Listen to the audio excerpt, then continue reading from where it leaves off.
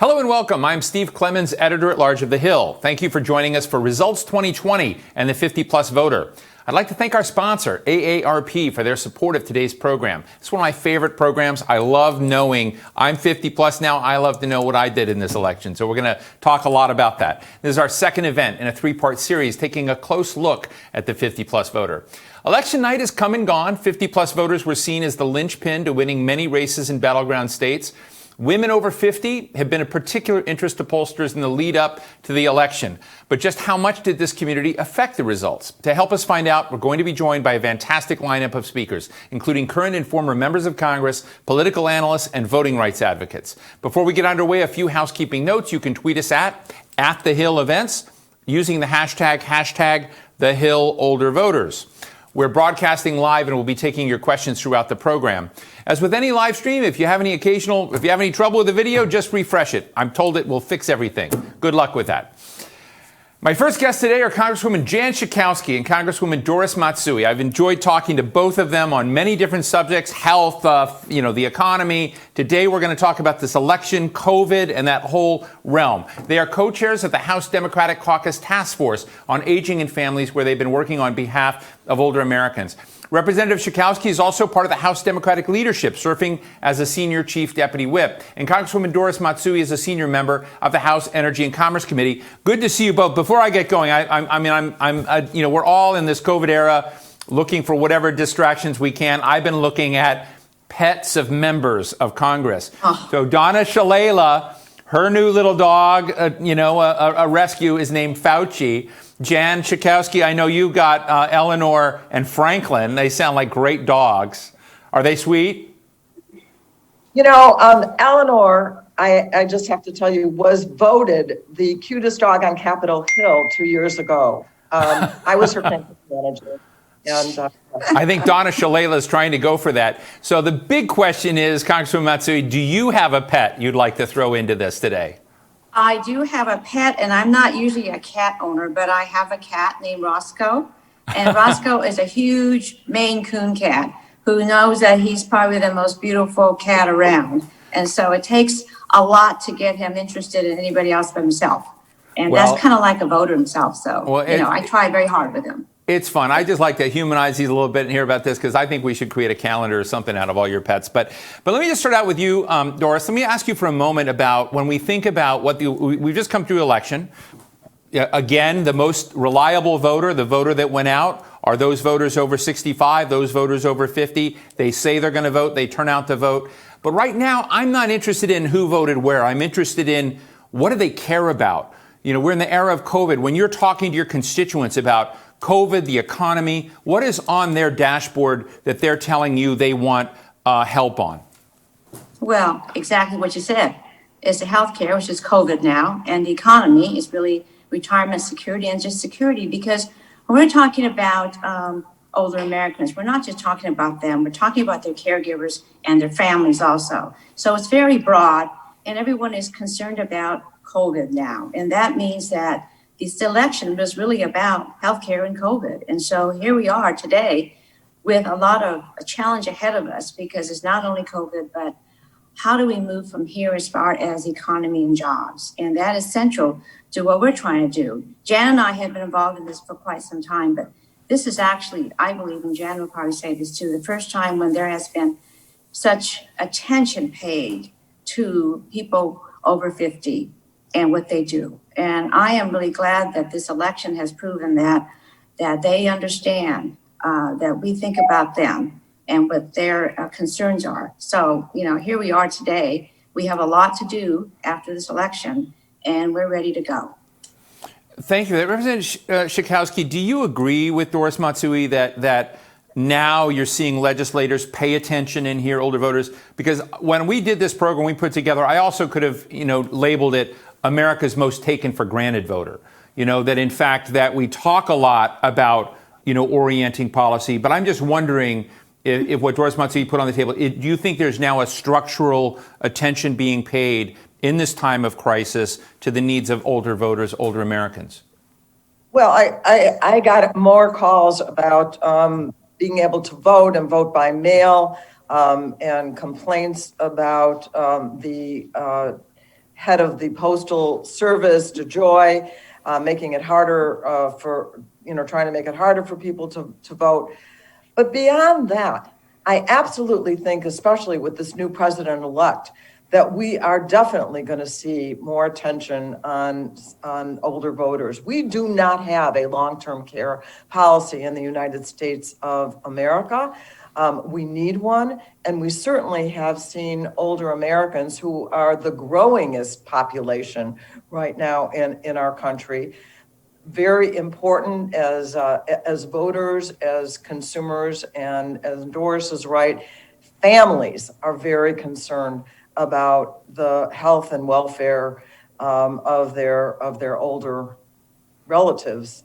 So it's very, very important. I think we are going to see more attention. Yes, I do. So let me ask you both, and we'll go to Representative Matsui first.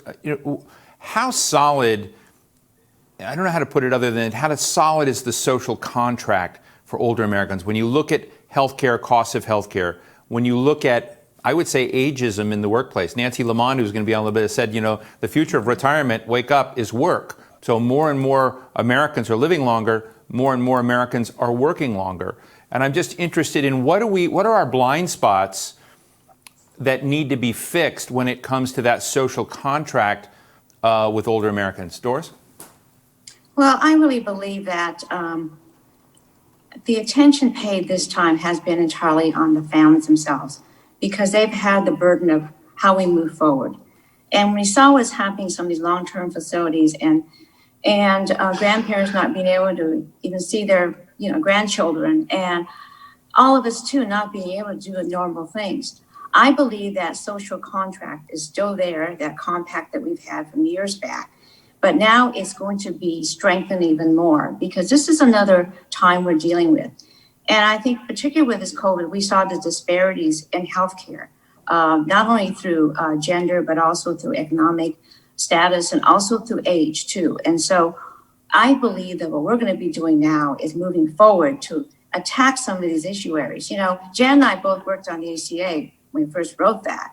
And we knew at the time it wasn't perfect, but it was a start and beginning of giving healthcare to everyone. Mm-hmm. And so we thought, now we have to lower the cost of healthcare and make it more efficient and sustainable over time. And we couldn't do all of that, but now is the opportunity, because we did things during this time that we couldn't do before. For instance, the fact is that we couldn't get in and go to see our doctors, and so many of the older people couldn't do that anyway. We're expanding telehealth, which is so important for the entire population, particularly for seniors who can't leave their homes, and being able to use a device from home to talk about what is wrong and actually measuring sort of heart, your pulse and everything else. So to me, it has given us an opportunity where everybody understands now the importance of healthcare in a crisis like this. And we're going to keep that going, because it not only is for now, but it's not over with yet. We still are dealing with whether we have the therapeutics or the vaccine, and we have to make sure that's available for everyone. So this is not ending at all. And the senior population, particularly Medicare, is really in the center part of this too. We have to make sure that there are no copays on this when we have the vaccines. There are any number of ways that we're going to be engaged in this. And Jan and I both know the importance of Medicare and the fact that they really do set the basis for a lot of things that move forward. Well, thank you. Jan, let me ask you the same question. And, before we get there, I'd say, every Republican I talk to, every Democrat I talk to has said telehealth has been a game changer. It's made people feel more connected. But there are concerns about the ongoing reimbursements for that down the road. So I guess I'd ask you the same thing: is what kinds of things do we need to do to seriously shore up that social contract with older Americans? First of all, let me give you a little bit more of a political answer. It would be at any party's peril to ignore the senior vote. It is growing in numbers and percentage of the people who vote. Obviously, we want to get our young people out too, but it's really the seniors that made the difference. And what we've seen is more and more seniors, older Americans, moving toward the Democrats. In 2000 in 16, it was about 5% of the Democrats lost by about 5% of the older Americans, and now it's down, we'll see at the end of the day, between 1 and 3%.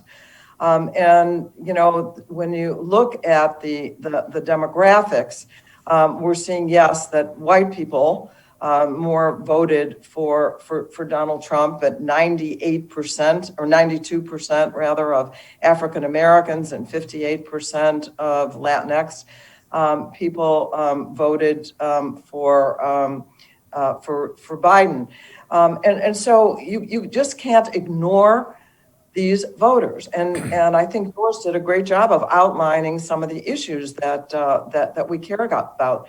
The cost of prescription drugs is absolutely huge, and you know, we may get a vaccine that is free during the COVID time to all people, but now we're learning more that it can be a pre-existing condition, that there are follow-up problems that have come from COVID, and about 40% nationally of the people who have died, even though there are a small percent of people who have gotten COVID, are in nursing homes. We have to deal with this problem, I'm telling you. This, you know, all too often they have seemed like death traps. So we have a policy crisis right now when it comes to nursing homes, and we have to deal with that. Well, I think it's both clear from both of you that this isn't going away. These issues, challenges, they're going to still be percolating with us. We're taking questions from the audience. We have a question from Joan Tobin. Joan? I have two questions. One has to do with an assessment of the hopefully potential stimulus package, timing and contents, and the politics of it.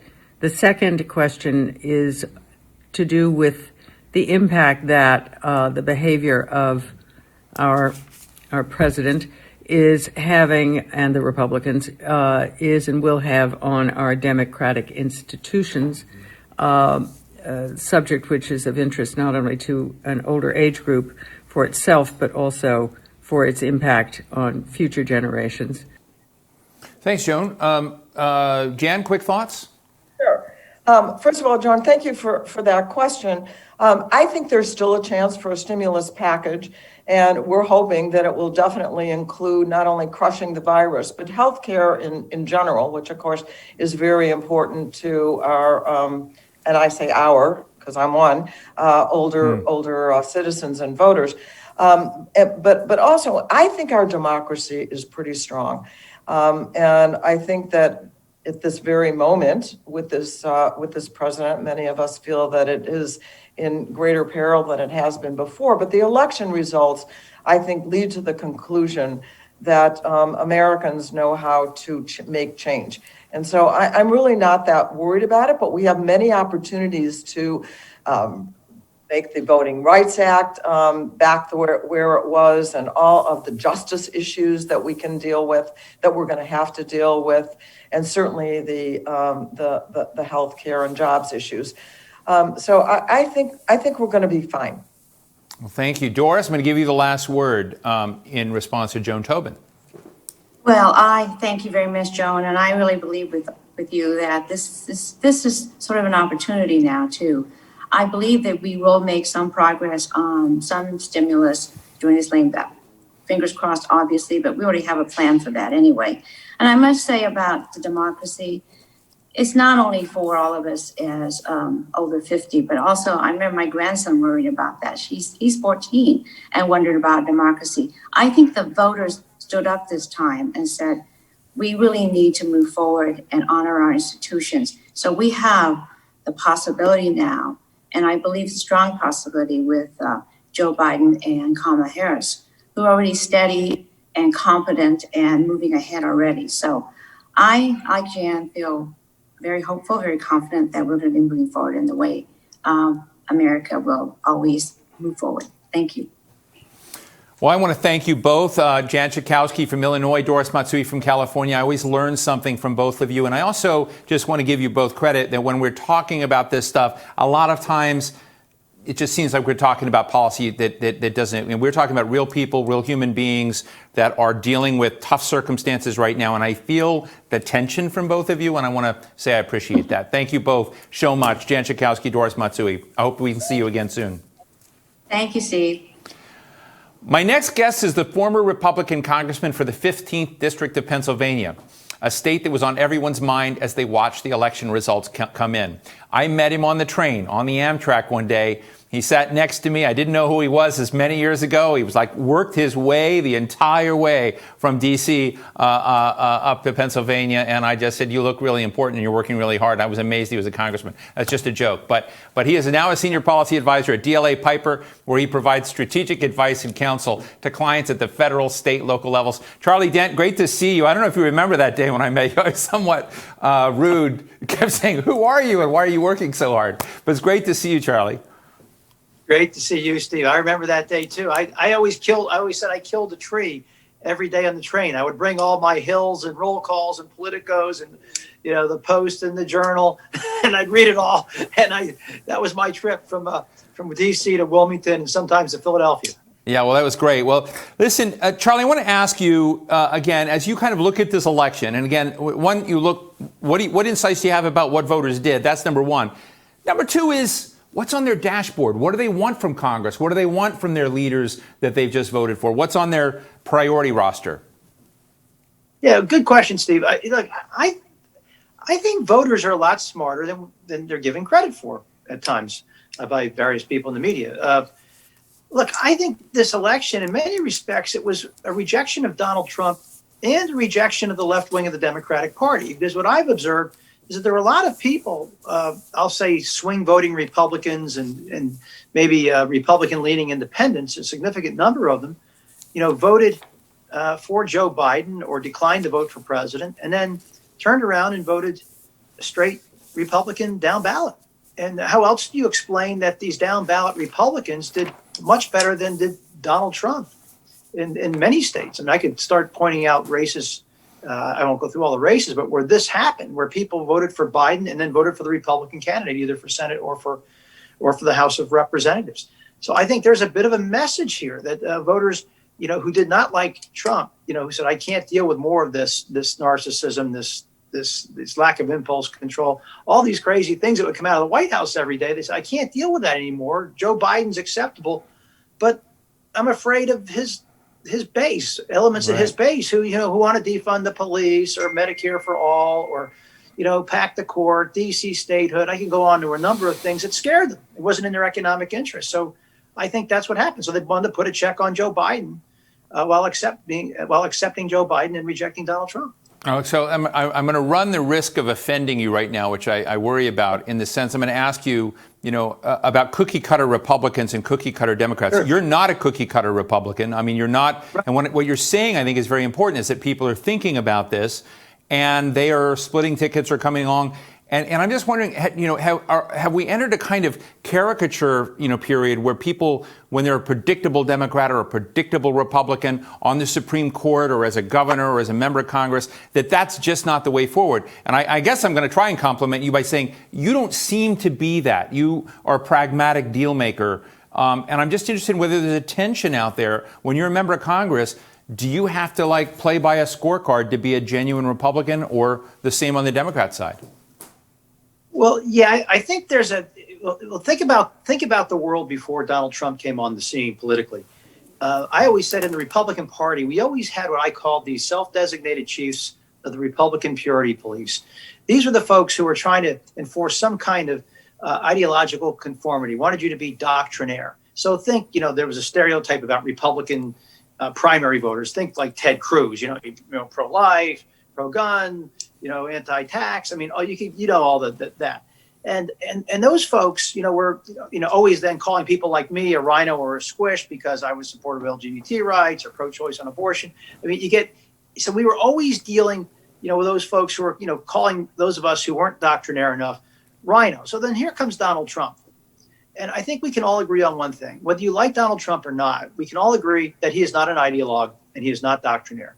He is very transactional, with the exception of two issues, immigration and trade. Immigration, he's a restrictionist. Trade, he's a protectionist. But other than that, he's pretty much transactional. And so Donald Trump flummoxed those self-designated chiefs of the purity police and made it all about himself. And so that's kind of where we are now. And the litmus test really became, are you with the president or are you not? And that's not a very healthy place for the party to be. So I can make a very strong case that maybe what's happened in the election is that the Republican voters, Trump was rejected, but maybe not the party, at least by enough voters. And by the way, there are a lot of Republican voters and Democratic voters who are kind of in their lane and they're voting straight party. But I don't know what that number is. And there's going to be an after action analysis here of how many of those swing voters. It was an impactful number. I don't know how many, because I've never seen anything like this where they're usually the top of the ticket has some kind of a down ballot effect. It was the reverse, actually. The down ballot did better than the top of the ticket on the Republican side. Go figure. And a lot of Democrats, by the way, I've noticed, did not underperform Joe Biden. It's fascinating. You are a person who's showing up a lot on the lists of potential appointees that a Joe Biden cabinet might look to. Maybe the head of VA, maybe a variety of other jobs out there. Would you consider going to do something like that, or do you want to be part of the GOP reformulation committee to take the party a new direction? Well, it's interesting. I see my name floated out there too. I actually like being out in the private sector.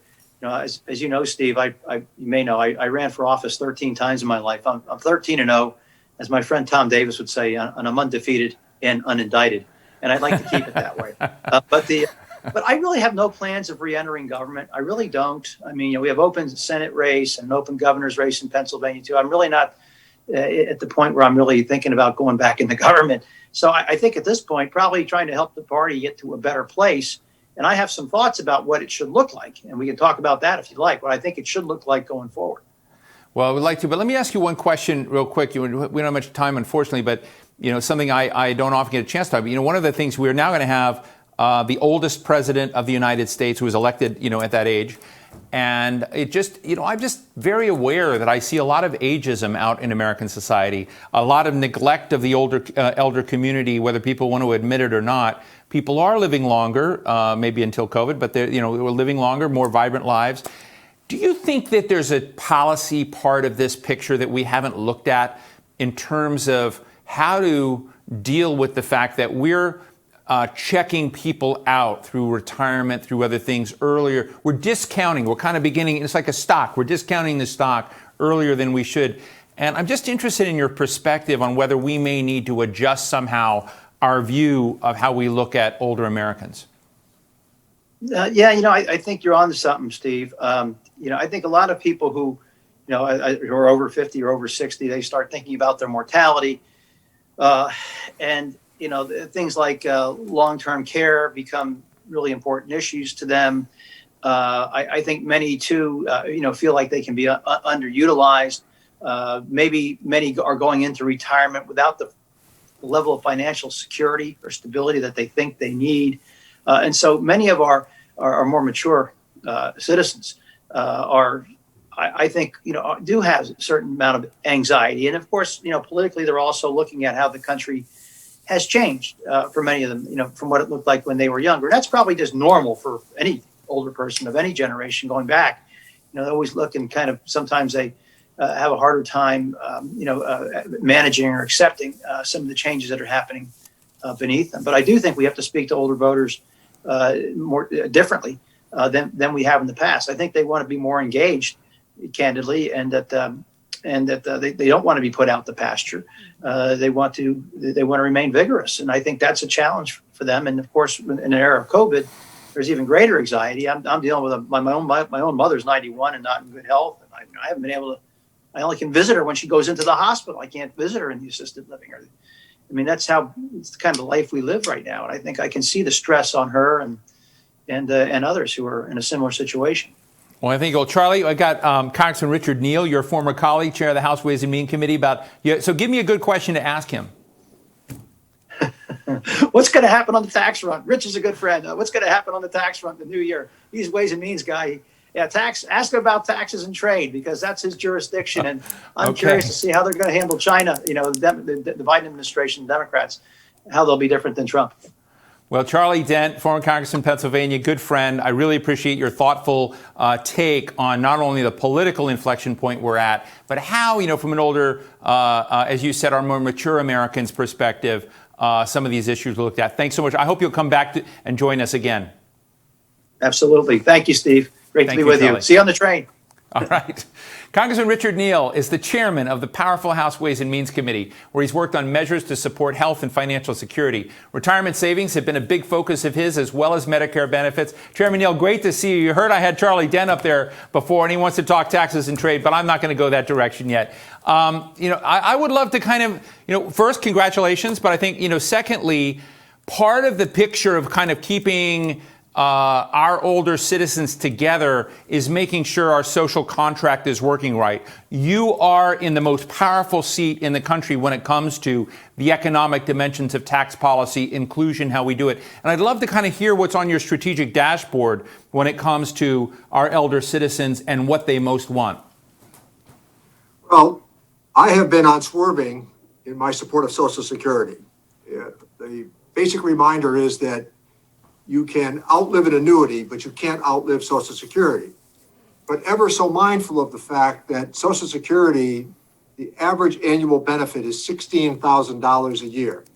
So that means that half the recipients of Social Security receive less than $16,000 a year, about maybe $315 a month. They're not getting rich on Social Security. So what I've tried very hard to do is use the tax system to enhance 401k plans, make them more generous. I encourage everybody to always take advantage of the match, but also to point out that as people are going to live longer and work longer, that we intend to raise the minimum distribution age in the next go around of what is known as Secure 2.0 to 75 years. So in the last round of the Secure Act, which was the most important advance in retirement savings in 15 years, what we were able to do was to raise that age to 72. We're going to make it more expansive. I'm very proud of the fact that in my committee, every Republican voted for my bill. And in the House of Representatives, on the floor of the House, every Democrat in the House voted for it. And the final vote was 417 to 13. Here's a pretty glaring statistic, as you noted, Steve. Half the people that get up and go to work every single day in America are not in a qualified retirement plan. Right. That's pretty staggering, pretty challenging for all of us. So I intend to use the next 2 years to further enhance retirement savings, making better use of automatic enrollment, and trying very hard to pass my auto IRA bill. Our Republicans have objected to that in the past on the basis of the mandate. Privately, they like it. Publicly, they're concerned about the mandate. I remind them that Social Security is mandated savings. And we all pull a wagon in our youth so that we might be allowed to sit in the wagon in our aged years. So I think retirement savings is going to be very, very important going forward. I think it's possible in a lame duck session, or certainly very early next year, to pass the next round of retirement savings benefits.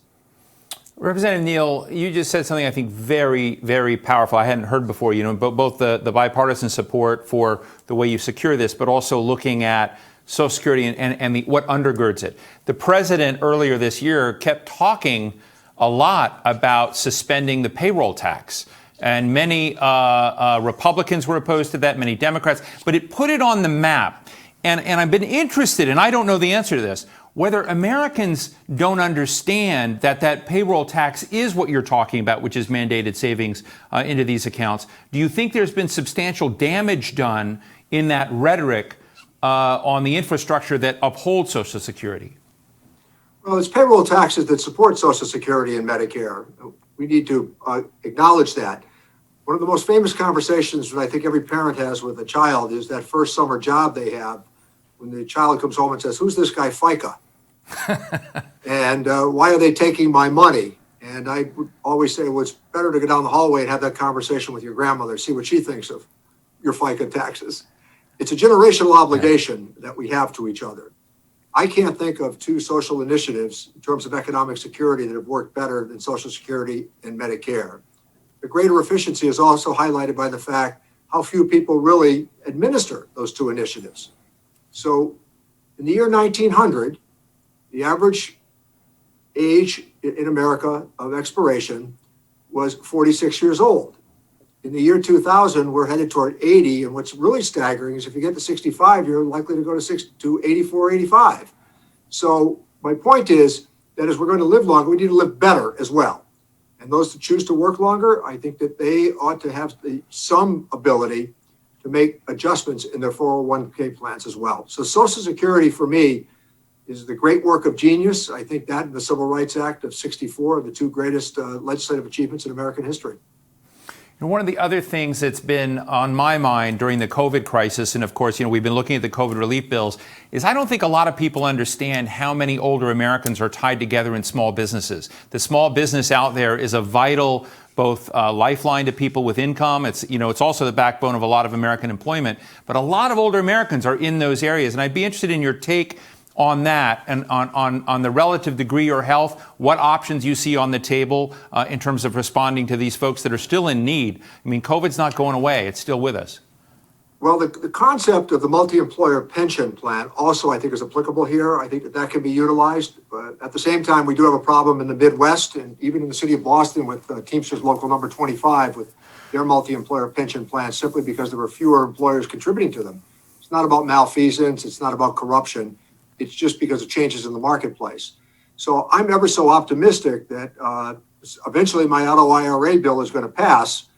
And in that result, it would address some of the issues you've just raised, particularly as it relates to those employers that have 10 or fewer employees. We make it easier, it's tax favored to set up a retirement plan. We do not require the match.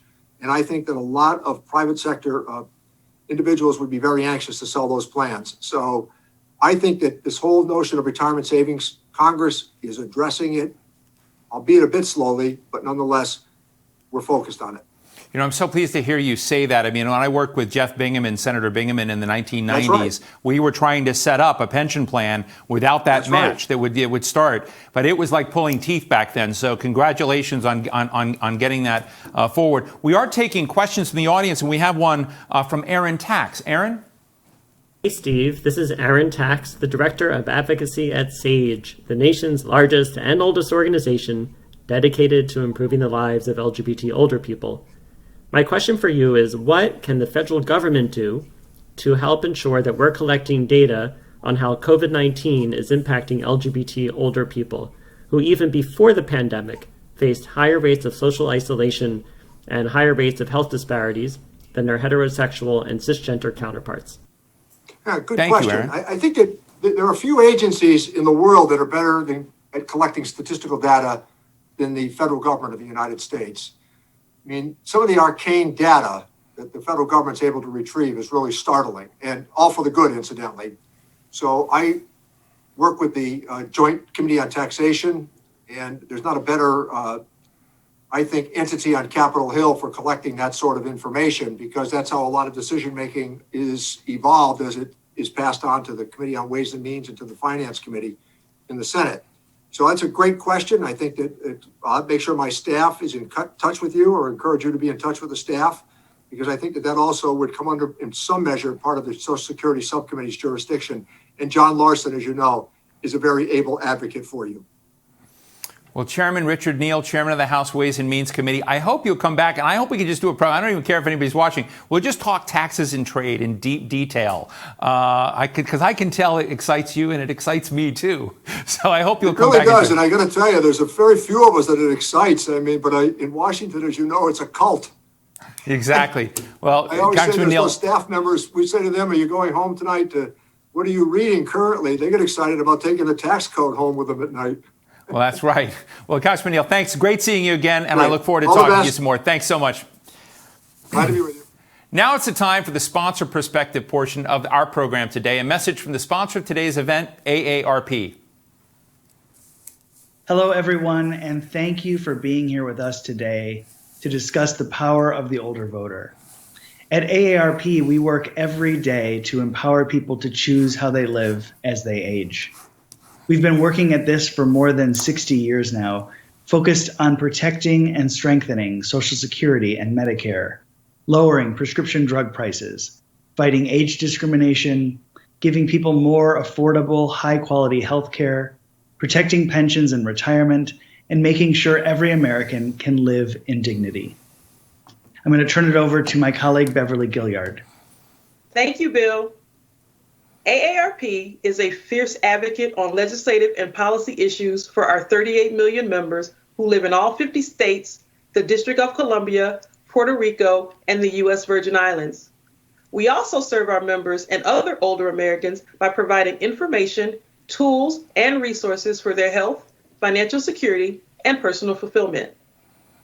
From the onset of the coronavirus pandemic, AARP enhanced many of our tools and resources and created some new ones to keep older Americans informed and assist them with getting through this crisis. You can find many on our website, and I will take a moment to mention a few. We created a dedicated coronavirus website, which is regularly updated. We hosted 25 national teletown halls featuring federal officials and experts who kept Americans informed about a range of issues related to the coronavirus. To date, over 1.8 million Americans have participated in these teletown halls. To address the issue of scammers trying to defraud older Americans, we have a Fraud Watch Network helpline to provide callers with information and guidance to protect themselves and their families. To assist family caregivers with challenges, we continued updating our dedicated caregiving website and set up a place for connections through our AARP Caregiver Group Facebook page. We launched AARP Community Connections, an online platform that allows users to organize and find local volunteer groups to help pick up groceries, provide financial assistance, or lend emotional support to neighbors, friends, and loved ones. As long as this pandemic is with us and after it has passed, AARP will continue to serve as a trusted resource for our members and others. Next, I'll toss it to Megan. This year, we made nursing homes a major part of our federal advocacy when we saw that nursing home and other long-term care facility residents and staff accounted for nearly 40% of the deaths nationwide. Yet nursing home residents make up less than 1% of this country's population. As cases across the country rise, we know that residents and staff are particularly vulnerable. That is why we are calling for Congress to make nursing homes a priority in any legislative package and to prioritize infection control, testing, PPE, staffing, and virtual visitation. Furthermore, Congress must include guardrails around the billions of dollars going to these facilities to ensure that money is being used for the health and safety of residents and staff. In addition to our federal efforts, AARP has played a critical role at the state level as well, working to advance solutions to protect long-term care residents and staff. For example, in New Jersey, we were successful in our advocacy for the passage of comprehensive legislation reforming nursing homes as a response to COVID-19. I'd like to pivot away from nursing homes and talk about another issue that is critical for older Americans, and that is the issue of hunger, which has deepened during these incredibly challenging times. Americans all over the country are struggling to make ends meet, and that sometimes means not being able to put food on their tables. It's critical that Congress temporarily increase the Supplemental Assistance Program, maximum benefit, and the minimum monthly SNAP benefit in the next stimulus bill. It's also important to note that increasing SNAP benefits also boosts the economy. Usually people spend their SNAP dollars locally soon after receiving them, helping to improve the local economies in your districts. I'm now going to turn it over to my colleague, Christina Martin for VITA. Millions of Americans depend on their Social Security and retirement, and it is always a top priority for AARP. We have been hearing from many concerned members that the economic impact of COVID-19 may permanently reduce their Social Security benefits. This is especially true for those who are turning 60 this year. The Social Security Administration calculates a person's retirement benefit using something called the National Average Wage Index, and the administration uses the wage index from the year a worker turns 60. The National Average Wage Index for 2020 is expected to be significantly reduced because of COVID. It's been estimated that the average worker could lose a total of $70,000 in Social Security benefits over their lifetime because of the drop in the 2020 wage index. This COVID cut to Social Security is a serious issue, and AARP urges Congress to work together on a bipartisan basis to hold retirees harmless and to include a solution in year-end legislation. In addition, economic impact payments have been critical for our members who relied on these stimulus checks throughout the summer to help them meet basic needs. We'd like to see a continuation of those payments in the next stimulus package. We would also like to encourage continuation of paid sick and family leave for workers and families who are affected by COVID, and making sure the unemployed, many of whom are women, can continue to receive emergency benefits. Finally, housing is a basic necessity for all, which is why we have also been supportive of Congress and the administration working together to prevent evictions and foreclosure during this health crisis. We want to encourage you to allow people to stay in their homes during the health crisis until the pandemic and its economic impact have subsided. And now, back to you, Bill. Thank you, Christina, and thank you all for taking time in a very busy day and a very busy schedule to join us for this important conversation. We'll leave you with a spot that features our CEO, Joanne Jenkins, as she speaks about our advocacy on behalf of AARP's 38 million nationwide members. Right now, AARP's work is more important than ever. We hear older Americans loud and clear, and that's why we fight for what they and their families need. Access to health care, affordable prescription drugs, opportunities to save for the future, ending age discrimination, a healthy, financially secure, fulfilling life. That's what AARP fights for, because that's what everyone deserves. Join us in fighting for what's right. I'm back. It's now time for our panel on strategic thinkers for a comprehensive discussion about how the 50-plus community voted in this election. Ashley Rich Stevenson is Vice President and National Political Director at the U.S. Chamber of Commerce. Stevenson leads the Chamber's voter education program. She's also an experienced pollster and has worked on a number of high-level... She's worked throughout the entire political establishment. Go check out her Vita. It's really, really cool. Minion Moore is the same, is an author, filmmaker, political strategist, principal at Dewey Square Group. I hang out a lot. She specializes in building brand awareness strategies for corporations. She used to be, as I understand it, the CEO of the DNC. So we're covering the gamut. And finally, Nancy Lamont, Executive Vice President, Chief Advocacy and Engagement Officer at AARP. She knows virtually more about this subject than anyone I know, and she particularly knows a lot about the mindset of the 50-plus voter and how they impacted this election. It's great to see all of you.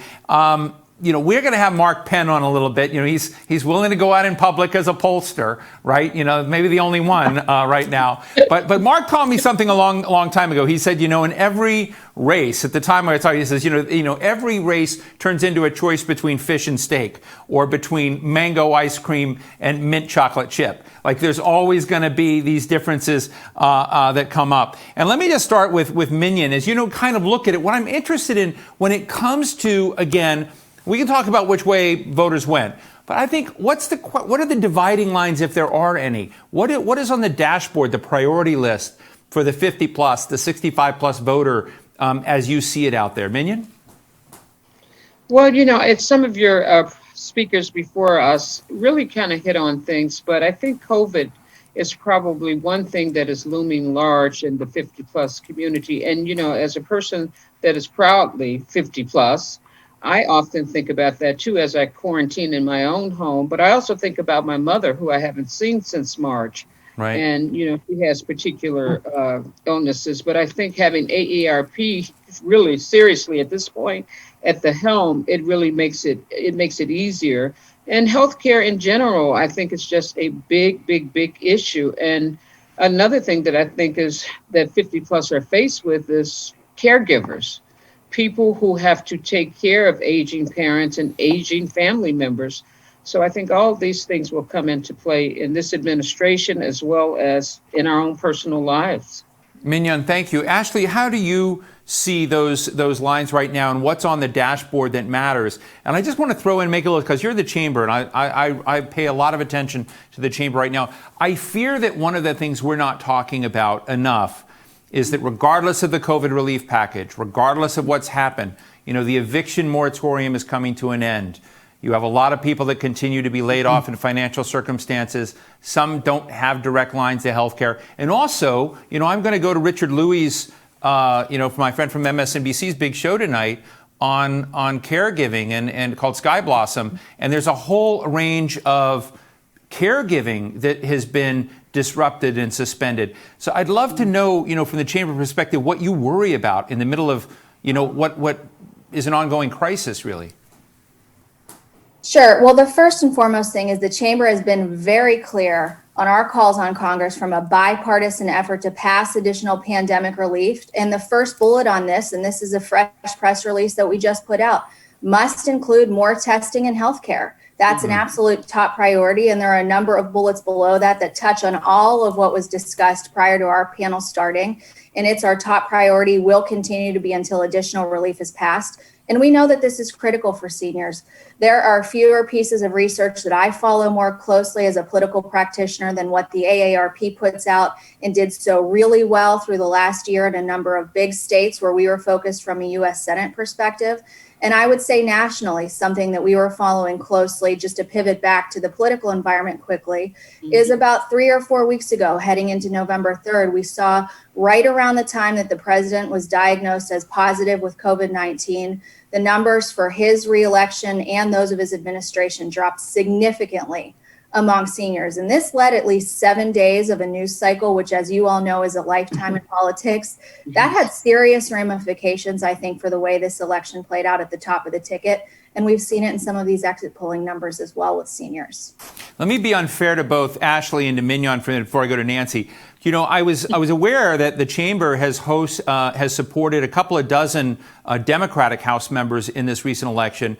Mignon, I know you hang out with all sides, but you know the Democrat. Is there enough of an overlap of those circles that you think that there is the beginning of possibilities of getting, I don't know what to call it, nonpartisan, bipartisan, postpartisan look at some of these agenda items for the 50-plus community out there? Mignon? Go ahead, Ashley. Please No, go Mignon. first. Oh, okay. You know what? I think that's what probably the pressing question of the day, not just for 50 plus, but for America. And the good news is there are many of us that have bipartisan relationships. And I also believe that in a person like Joe Biden, who came out the Senate, who did cross the aisles, who did have relationships with people, I think he has an opportunity to set a tone for the country. But I also think in the House, if we are going to get something done, we must work together. People are exhausted. The fatigue, I'm sure Ashley has seen it in the polling, the fatigue level is great.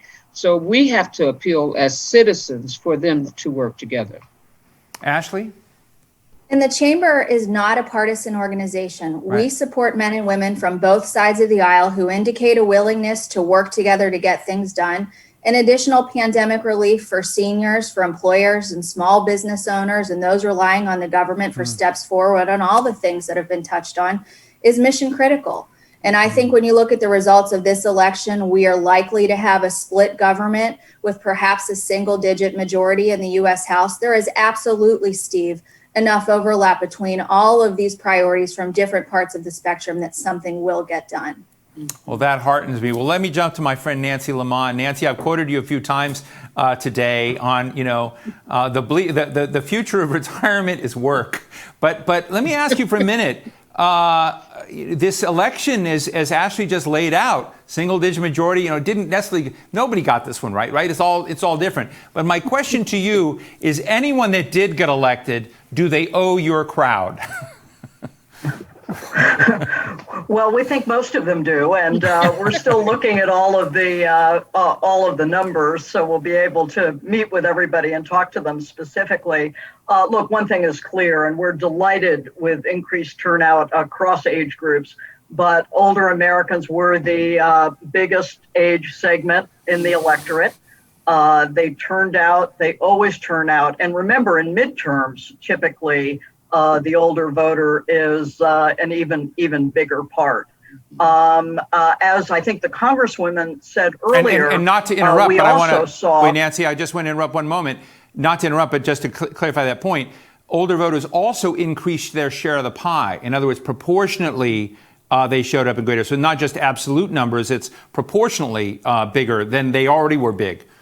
Bigger, Especially bigger. those over 65. Right. And I think to the points both Ashley and Mignon made, it's hard to overstate how important COVID is to an older American.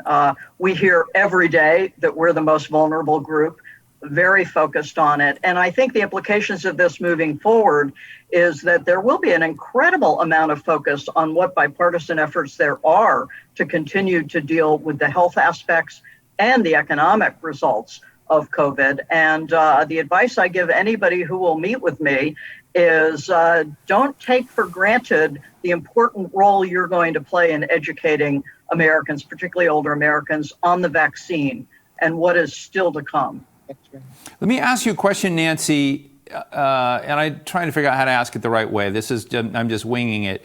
But I did feel one of the reasons that I wanted to produce this set of events is that while I was calling America's most reliable voter, America's most important voter, I also felt if you really step back and are honest, these voters are the most taken for granted voters. I've asked a couple of members of Congress and they said, no. But do you think that is an accurate assessment, that this class of voters is taken for granted in ways they matter in elections, and then we talk about millennials? I mean, how do you think we need to square that? Well, first of all, we're all fascinated with millennials and especially older people. But it is true that in the election cycle, people look at the numbers and they know that they have to address the concerns of older voters. And then we reach post-election. And the question really is, and it goes to what you've asked before, what issues are going to be addressed? And are they going to be addressed in a bipartisan way, which is how most older voters want to see the country move ahead? And we think that's hugely important. For many years, I talked to members and they would say, if they were on the Democratic side, well, that's just a predictable Republican vote. And that has changed in the last two election cycles. More older Americans have moved to Democrats in both the 2018 election and in many parts of the country in 2020.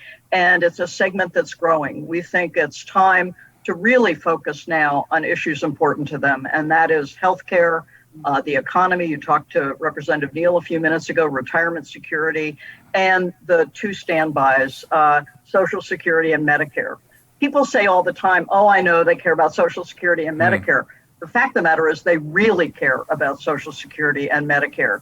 And it doesn't matter if you're a Republican or a Democrat or an independent. If you're an older American, those two issues are at the top of your list. We're going to go to a question from the audience in a moment, but I want to ask Ashley and Mignon a question. Since I've been doing these forums online, I feel like the question that haunts me right now when I look at American society and I look at the economy and I look at the stakeholders in this, we've just seen major strife and divisions in the country over race, not only over the murder of George Floyd, but Breonna Taylor, others, Ahmaud Arbery, others. We have economic hardship in the country and we have health hardship in the country in these different tsunamis. And so you're smart people and you run in these networks, and I know government can't solve everything, and sometimes it's private-public partnerships, sometimes it's something we hadn't seen before out there. But I'm interested in what you see as our blind spots in this discussion, that if we are going to move the needle towards a more inclusive society that works, where the economy is working for more people, where it's a more inclusive equation. I know you both work on this. What are some of the things you'd like to put on the table for our audience that we really need to begin thinking about? Mignon? I use this analogy all the time. When you put 5 people in a room, you put a bag over their head, and that person is hungry. That person wants college education for their children. That person wants a decent home. That you can't tell what color it is. So on one level, we all have to say to ourselves, can we see ourselves as Americans? Can we see each other? And I think for a long time, we lost sight of the fact that we are all in this together, that humanity has to surface. And, not that I want to be partisan, But the fact of the matter is, I believe that Joe Biden will bring the country back together. That bully pulpit at the White House is powerful, and it can lead us in the right direction and can lead us in the awfully wrong direction. So I do think that this country has to heal. And I do think that we're not all going to get what we want, but we need to get what we need to. And, we need to stand down a little bit and just listen to each other a little more. And so I'm hoping that, after we saw what was going on Saturday, people were jubilant. Everybody was happy. There was something raised our hope in the country again. And I'm hoping that we can capitalize on that. Thank you for that. Ashley, your thoughts? Sure. I think that we all have become so accustomed to living in what is an extremely partisan political environment, perhaps the most red versus blue than any of us have ever lived or worked through. And frankly, I was pleased to see last week that voters really delivered a message loud and clear. And that is one in support of what looks to be potentially divided government.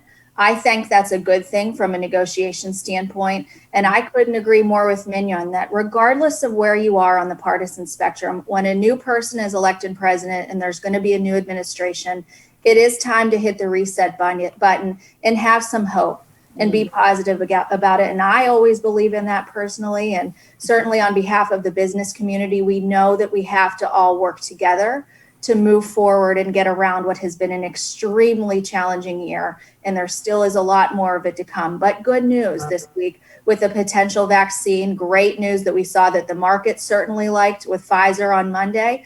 And we know that the market likes divided government as well. So I personally am very hopeful that we are going to move forward, be able to work across partisan lines, pass another round of relief that's going to help everybody in this nation when we need it. We should say, before I jump to Nancy for a quick thought on that, we'll go to our question. I also would say another under-discussed subject is really, if you look in communities and what businesses have done in this time of crisis, it's incredible. I mean, there are lots of heroes out there, frontline workers and others, but I also just want to just punctuate that point that businesses have done an extraordinary thing at levels that don't often get visibility. Nancy, your quick thoughts on this? We are very hopeful that Republicans and Democrats and independents will all come together and will be able to enact legislation that is very important, in our case, especially for people over the age of 50. We think there are a lot of opportunities. I mentioned the big issues, but also on issues like family caregiving. Right. That was a topic that was always off to the side, and now it's front and center. There are very few positive contributions COVID has made, but it has certainly shown a light on family caregivers and their vital role. They are the new healthcare provider group, no question about it. Are you going to the Kennedy Center tonight? Pardon me? Nancy, are you going to the Kennedy Center tonight to watch the outdoor cars, watching Richard Louis' show on caregiving, Sky Blossom? That's as no, much of I'll be watching it from my virtual place. Excellent. Okay. Well, look, we got a question from the audience. Algernon. Hello, my name is Algernon Austin, and I'm a Maryland voter. My question is about retirement security for low-wage workers. As you all may be aware, many low-wage workers, blue-collar workers, pink-collar workers work in jobs that don't provide retirement benefits, or they don't earn enough that they can save in retirement accounts. So for many of these workers, Social Security is their only source of retirement income. Additionally, many of these workers are forced to retire early because of workplace injuries, because of disabilities, because of health-related problems. So they don't receive their full Social Security benefits. So my question is, what do you propose to do to strengthen the finances of Social Security? And what do you propose can be done to increase the retirement income for these workers who have been forced to retire early? Thank you. Ashley. Well, first, to just answer this through a political lens, and it was already mentioned earlier in the segment, that this is not a partisan issue. And this is why you hear members of both sides of the aisle constantly saying that we must protect and defend Social Security at all measures, no matter what it takes. And it was articulated very well ahead of this segment, the impactfulness and criticalness of this and what Social Security is now facing as a result of the ramifications of COVID-19 and tremendously high unemployment. New numbers out this morning that show still 704,000 applied for unemployment over the last week. So I certainly defer to Nancy as the true expert in this space, but it's clear that it's not a partisan issue, and that's why you hear good candidates and electeds talking about it through that lens. Thank you. Mignon, your thoughts? I couldn't add anything to Ashley on this. She's absolutely right, and obviously we have the expert on the phone, so I don't want to take up much time pontificating when I know the expert's going to speak. But I agree with Ashley 100%. Well, I'm going to go to Nancy for the last word, but one of the things that Richard Neal, the chairman of the House Ways and Means Committee, put on the table was a kind of savings account where employers could begin putting money aside for their employees without requiring them to match. This would be a huge revolution in eventually getting some dollars behind workers who often have been stymied by their inability because they have so many other scrambling to pay the bill costs. So I think it was very important what he said today. I think it also responded. Nancy, your final word and final thoughts in reaction to Algernon. Well, and I agree with Ashley and Mignon. We have to find a way to ensure that Social Security is solvent, that it's adequate and it's there for future generations. Every generation has a stake in Social Security. And at the same time, we have to continue to build our private retirement system. The numbers are staggering at how little people at around age 50 have saved for retirement. And so proposals like the bipartisan legislation led by Representative Neal is going to be very, very important in order to ensure that our workers, when they leave the workforce, have both personal savings and also Social Security to rely on.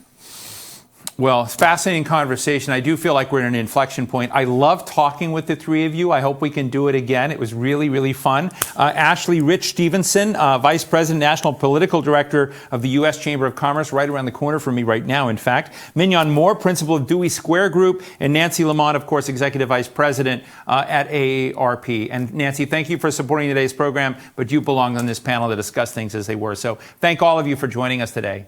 Thank you. Thank you. My next guest is Virginia Case. She's CEO of the League of Women Voters, an organization devoted to empowering voters and defending democracy. Virginia was a recipient of the 2019 Hispanic Heritage Award for Leadership, and in March 2020, she was named the People en Español's Most Powerful Women of the Year list. I also follow her on Twitter, and I want to say congratulations, because she just snuck off recently and got married. So congratulations, Virginia. So let's talk about this election. Last time we were about to speak, I told you how I used to be League of Women Voters, the debates around the country. This was one of my go-to in the places. I know that you're in touch with this kind of broad infrastructure around the country. Tell us what equities mattered in the mind of voters as you saw it this time around. Well, thanks so much for having me. I'm glad we were able to keep connected this time. Exactly. No tech troubles this time. It was interesting. It was a very, very interesting election. We worked really hard at the League. We have a grassroots membership of 400,000 members and supporters throughout the country who have been working on elections, meeting with elections officials, trying to make sure that the elections were taking place the way that they should, that everybody had access to the ballot box. And so this was a really tough election season. I think we all need to just acknowledge and kind of collectively exhale that the work is close to being done. Not quite. We know that there's still a runoff in Georgia coming in January. But what we heard from our membership time and time again that people cared most about was being able to have their voices heard this election season. People were really concerned about COVID and being able to have access to the ballot. And do they have to show up and vote in person? What is vote by mail? How can I absentee vote? Because remember, 100 million voters voted by mail, whether it was proactively having mail ballots sent to them or through an absentee ballot that they requested, which is historic for this country and really impacted the turnout that we saw. But that's where we really, a lot of what we focused on and a lot of what we heard was the concern around access to the ballot and what was happening with our democracy over the past year, which I think a lot of people really have been concerned about. Look, I'm having an argument at home with my significant other on whether democracy is being strengthened right now or not, as we see the skirmishes over ballots, over voting, over whatever way. My take on it, strengthened, because you see in a way people wanted to vote in their cars in Texas, right, in Harris County. Some people, as you said, went to vote early in person in places, or may have ordered their ballots or may have had them sent in. The diversity of ways in which Americans voted was wider than we've ever seen before. We saw a massive surge in participation, not seen in 100 years in this country. And so I guess as we see this, to my mind, and maybe I'm naive, I'm pretty heartened by things. Am I wrong? Tell me where, as Rachel Maddow would say, tell me where I'm wrong. No, I don't think you're wrong. Actually, we have been celebrating the expansion of voting rights and access to the ballot this election season. I think that, what we want to do is see this continue. We want to see a participatory democracy. We want to see a democracy where people have more access. Think about how many people aren't able to participate each election season. Low wage earning workers, people who work in jobs where they don't get the luxury of being able to take a few hours off. They don't have the luxury of being able to get up on a Tuesday and vote in some cases. People who are caregivers, people who live in rural communities with limited access to polling locations. So the amount of people who have been able to vote this election season is just incredible. And we want to see that continue. And so I think one of the things that we hope will pass through the Senate at some point is the expansion of the Voting Rights Act. We need to see the John Lewis Voting Rights Act passed. And we also, there was something called H.R. 1 in the House. It was passed and it went to the Senate. It was called the For the People Act, which is a comprehensive omnibus voting rights or democracy package. And we really want this next Congress to come back and look at that, revisit it, think about what we can do for our country and how many more people's voices can be heard if we really take a close look at those reforms and have the negotiation needed to make sure that it's something that works for every person. Let me ask you this question, Virginia, and I'm going into territory I don't know anything about, but my understanding of League of Women Voters is nonpartisan, right? Yes, we are a nonpartisan organization. So when it comes to John Lewis, the Voting Rights Act, when it comes to broadening access, that plank that gets somebody who hasn't been able to vote to be able to take that sacred act and to act on their right as an American citizen to vote, I'm just wondering, I sort of feel like that's been a political issue in a bizarre way. Is it a political issue in your organization, or do you have enough weight with both sides of the aisle that you're able to neutralize the toxicity of that? I mean, am I getting this right? Because it seems like there's some people trying to not get everybody to vote. Yeah, I mean, I think it's something that has been really unfortunate. This environment has become so polarizing.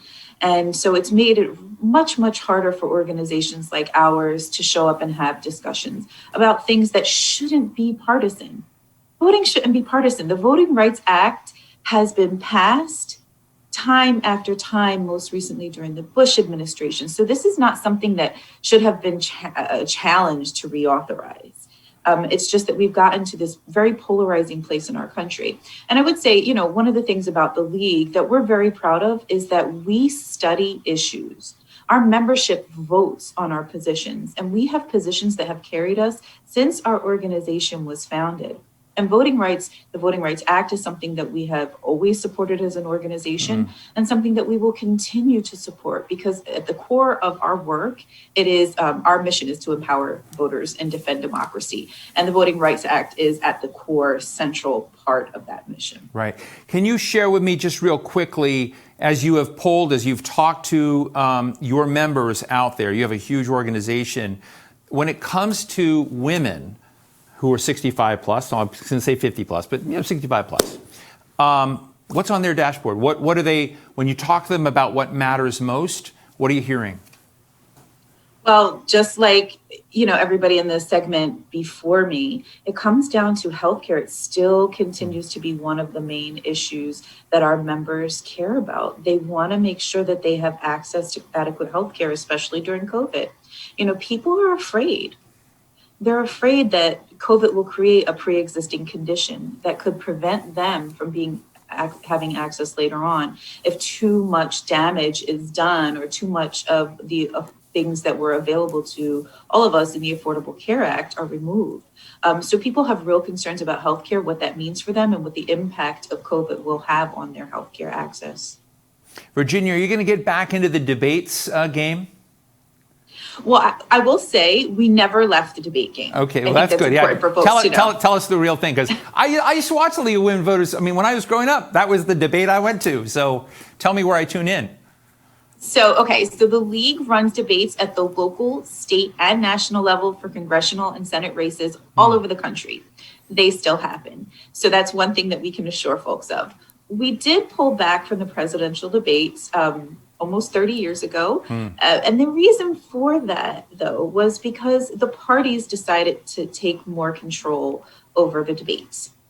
And the leadership at the time said, we will not be a part of what they called the hoodwinking of America.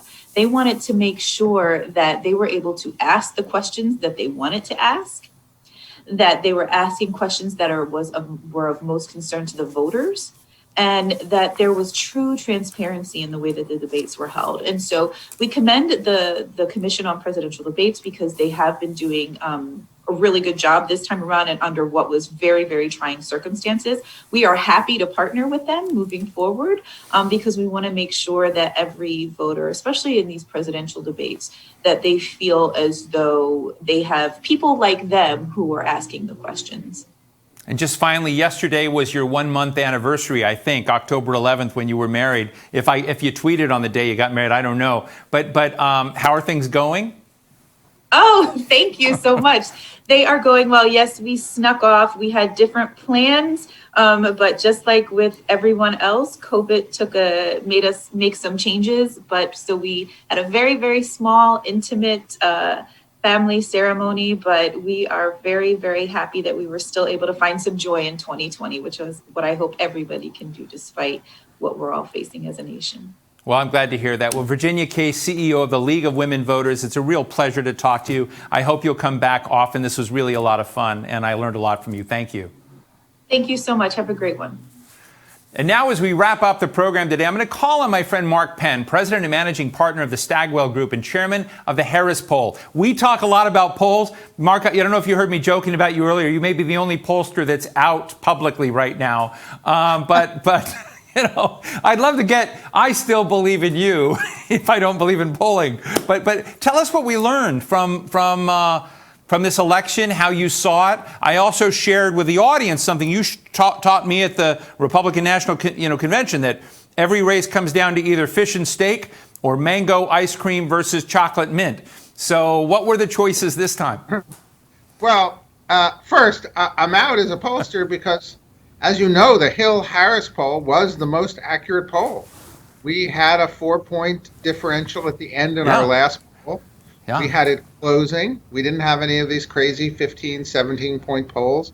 Even in the combination of the Harvard-Harris, we were at 2, we went to 8, and then we went down to 4 here at the end. So I feel good that we kept our finger really on the pulse, and we try to, in these polls, to really look at things from all sides, because I do think that it's very easy to kind of get enamored with one side of the argument or the other and forget there are two sides spending billions of dollars to get their arguments, across to the American people. So, and not to interrupt, Mark, I just want to tell people, because I sit in on your classified, weekly sharing of these things until they publicly come out, and you did have Donald Trump swinging back in some of these key areas, and the Republicans swinging back in ways I hadn't seen in other polls. So I just want to punctuate the point that I saw that before that election was held because of you.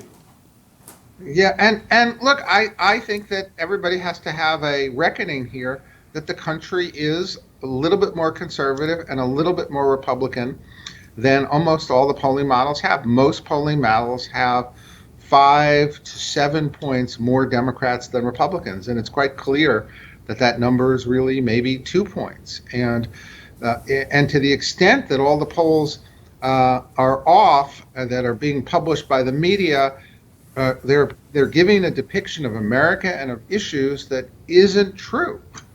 And so it's not false, but it is shaded in a few points in the direction from what we know, to be the reality, even in it really is remarkable the level of turnout that we had in this election. And I do attribute the level of turnout to the addition of social media as really an incredible motivating force for people to come out. Now, they came out on both sides. At the end of the day, to have this race of 160 million votes decided by 250,000 votes one way or another means either campaign could have won. Only one campaign did win, but either could have won. And that means they look at what they did and said, it could have made a difference in both sides here. There were three things, if I were to step back from the piles of data that you would share with us that we're lucky enough to talk to you, that one, Lysol Day, that day when Donald Trump talked about disinfectants, also the day that it was announced that he had COVID, the president had contracted COVID, were two key inflection points in the race. But the other bit of it was, and I just saw it because when the CNN exit polls came out, they said the number one thing on the mind of Americans wasn't COVID, it was the economy. And you kept seeing that and saying that through all of our meetings these many months, is the economy's on people's minds, the economy's on people's minds. So I suppose if the Democrats, if Biden, if others he did win, but let's just make that clear, he won. But if he had come out and talked a lot more about those economic conditions, might there have been a more robust performance by the Democrats as opposed to leaving things in the COVID land? I'm interested in the tension between those. Well, I think that the Biden strategy was to make the election about character. And in every poll, there would be a 30-point gap or a significant gap because people didn't like Donald Trump's character. Now, what it really turns out is that the voters actually didn't like Donald Trump's character either, but they really vote mostly on the issues. And the economy and the virus were the number 1 and 2 issues, and healthcare probably number 3. And the Democrats, and I think, do incredibly well on healthcare. I think Donald Trump, the day that he gave that Clorox Lysol thing, basically lost the presidency on that day, because that was the day he went over his skis and he went from a 51% approval of the way he was handling the virus to a 41% approval. And that is what then made this an issue that he was losing. He never rose to the occasion of bringing both parties together. He never ran it that way. He made a major mistake in the way he ran that. If there is another crisis, I think you take a look at how George Bush dealt with 9/11, and you'd say he had an incredible moment of bringing the country together for a long period of time. Maybe that didn't last, but at the moment, he really did. And I think Trump made a lot of mistakes in governing and style there. And the Biden campaign, well, they'd have to go back and say, if we push issues a little bit harder, maybe we should have done that, because just the character issue alone was something everybody kind of knew already.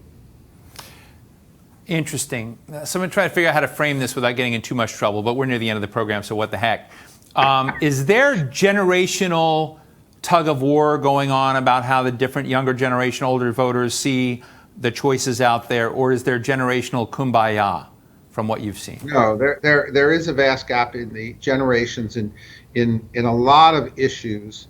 One of the most interesting stats I've seen so far is the number of or the percentage of older voters, particularly those over 65, went up really significantly, like 3, 4, 5 points. And so older voters played a larger role in this election. The percentage of voters in the younger groups actually declined. Their diversity increased. White younger voters actually went for Trump, but overall younger voters were much more diverse. And so so you really had younger voters strongly Democratic. Older voters were just about the same, 2 points more Democratic, but there were a lot more of them, I think, in this election, and they balanced out the strong youth vote for Biden overall. And even if Trump did a little bit better with some of the voters of color, the fact that there were also 3 or 4 points more voters of color, right? If you look at it, that also meant that tipped the scales the other way against Trump. Remember, overall, the more things changed, the more they stayed the same.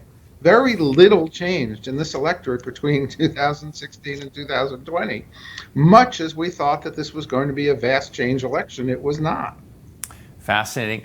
One of the discussions I've had with my friend Nancy Lamond, who was on earlier many times, is, the idea of this kind of came from the fact that I had this notion, and I'm going to, folks, I admit this, I'm going to say this a politically incorrect way, but that the least powerful woman in America, scrambling to pay the bills, caregiver, trying to hold rent and, paying off, paying for pharmaceutical products and whatnot, trying to keep, their drug prices and all of this stuff together, is actually the most powerful voter. Like that person who's over 65 trying to hold that together, turns out in our American wisdom that she says she's going to vote, she's going to turn out and vote. It's just a really interesting correlation. And I'm just interested in, as you look at that, were there any surprises in the priority map of that, or was that also the same? Is it, financial stability, healthcare? Is there anything that came out to you that was different with the older citizens in this country, particularly female older citizens? Yeah, I mean, I don't think that it was a lot different than we expected. I think that that, as I said, a little bit more democratic than it was. Obviously, I think the virus and healthcare played a larger role in that. If anything, there was even a little bit more concern about the economy than I expected. So I don't think that. I think that it was not a surprise vote. In the least, I think that we were tracking that. I think some of the surprises here. We knew that suburban voters were going more to the Democrat. We knew that older voters were going more to the Democrat. But the entire election didn't really move more to the Democrat. In fact, compared to the midterms, it really shrunk the margin back down to where we were a couple of points ago. So we're really splitting hairs. Let me go back. This was not a surprise election. I think maybe Latinos in Florida were more of a surprise, but last time very few people noticed that it was the Cuban vote that really did put Trump across the line. Last time, I think he expanded, that vote with the Venezuelan vote and other Latin American ethnic votes. I think he was able to do better in Florida, but not necessarily in Nevada and Arizona. I think that remember, when there was really an 8-point election, like I ran with President Clinton, we took all of these states, Ohio, Florida, Nevada, Arizona. I mean, we took 359 electoral votes. This is not that kind of landslide, much as it was predicted.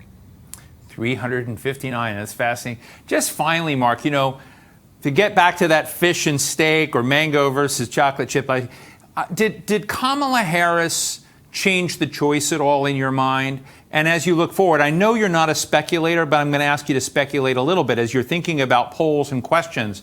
What does her now being in the vice president's role and also in the White House? I remember Walter Mondale was the first vice president to actually have a desk in the White House building. So she will have a desk in the White House building and operating there. But how do you think that might change the framing of as we look at politics and what some of the questions would be? I think we don't know yet. I think that, as always, the presidential candidate at the top of the ticket really made the difference. And I think that obviously, I think just as we thought Al Gore was a really powerful vice president in the Clinton administration, I think you're going to see Kamala Harris also seen as being a kind of a powerful force within the administration. I think the American public knew that. I think they factored that in. I think the difference is we don't know which way the Senate is going to come out, but the House difference here is very small. We are a little bit more one country divided by two parties. It is the parties that are serving to divide a public that could easily find compromises on taxes and budget, compromises on immigration, compromises on what to do about climate change without completely eliminating industries. The public actually is in the center, and the parties are on the right and the left.